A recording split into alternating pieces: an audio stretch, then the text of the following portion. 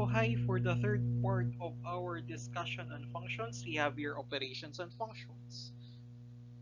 For all the values of x for which both g of x and h of x are defined, we define the following. For the sum g plus h of x, it is just g of x plus h of x, or the addition of two functions. For the difference, subtraction of two functions. For the product, multiplication of two functions. And for the quotient, we just need to divide these two functions, provided that h of x here is not 0. And for the last one, g circle h of x, it is just g of h of x. Or in other words, the h of x, or the value of h of x, will be the input for g, or the range of h of x will be the domain of g of x. Now, to give you an example, we are asked to find the sum, difference, product, quotient, and the composition function of g and h for the function g of x and h of x. So let us proceed to the first one. Provided that g of x is x squared minus 1 and h of x is x plus 1. Solution, we have here, or based on the definition that I have presented a while ago, g of x plus h of x. Okay. And we all know that g of x is x squared minus 1. So we have here x squared minus 1. And h of x here is x plus 1. So we have here x plus 1. And combining similar terms, since there are no term which is similar to x squared, we just simply write x squared. Same goes with x. There are no terms here that is similar to x, so we simply put x. And then negative 1 plus 1, that is 0, so we don't need to put or to write it anymore. So the sum will be, the sum of g and h of x will be x squared plus x. For subtraction, I just changed the operation. A while ago, we have addition.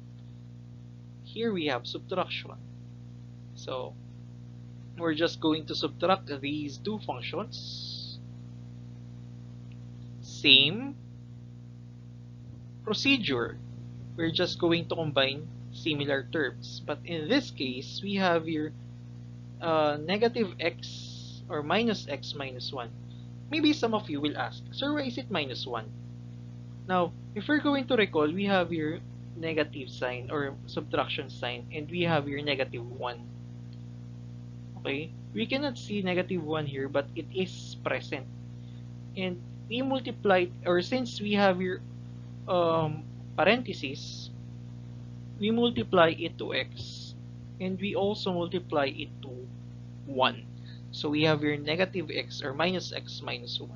And then combining similar terms, we have here x squared, we have here minus x, and then negative 1 minus 1 will give us negative 2. Okay, so that will be the difference of those two functions. Third, the product of g and h of x. So we have here g of x multiplied by h of x. And we all know that g of x is x squared minus 1 and h of x is x plus 1.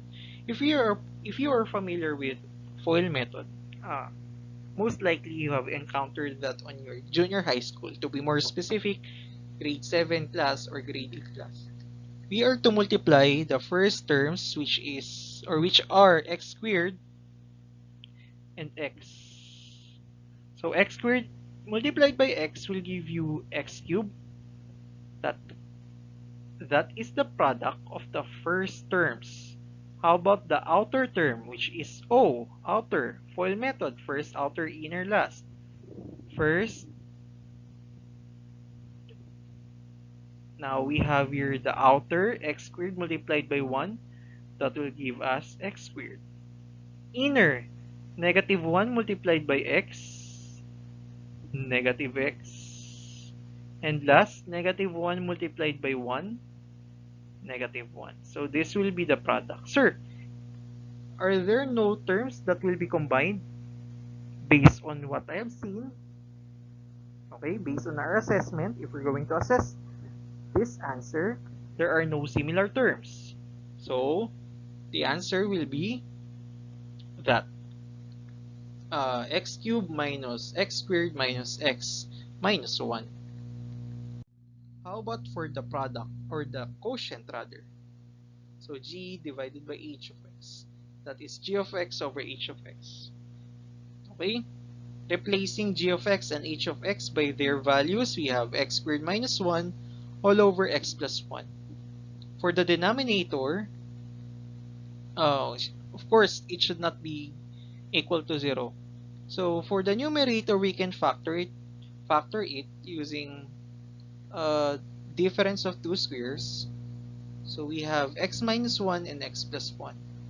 And since we have x plus 1 on the numerator and on the denominator, we can cancel this out.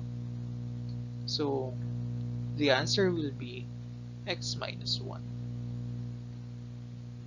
Okay? So this will be the answer,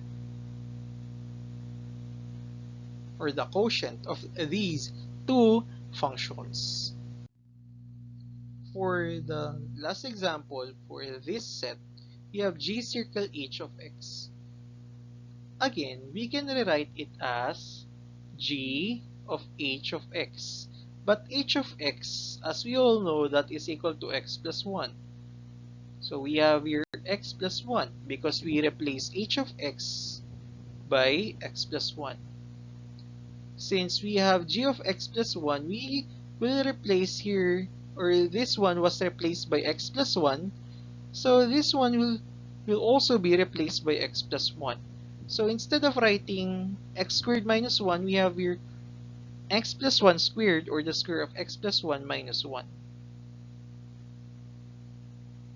Okay? Now, if we are going to recall square of a binomial, it will give us x squared, or this one, x plus 1 squared, will be multiplied, or will be x squared plus 2x plus 1. Maybe some of you will ask, Sir, how did it happen? If we are going to recall, we have here x plus 1. Sorry for my penmanship now. Squared. It is simply equal to x plus 1 will be multiplied by x plus 1. Okay?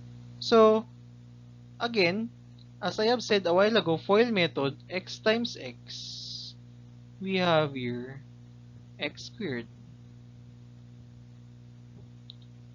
Outer, x times 1, we have plus x,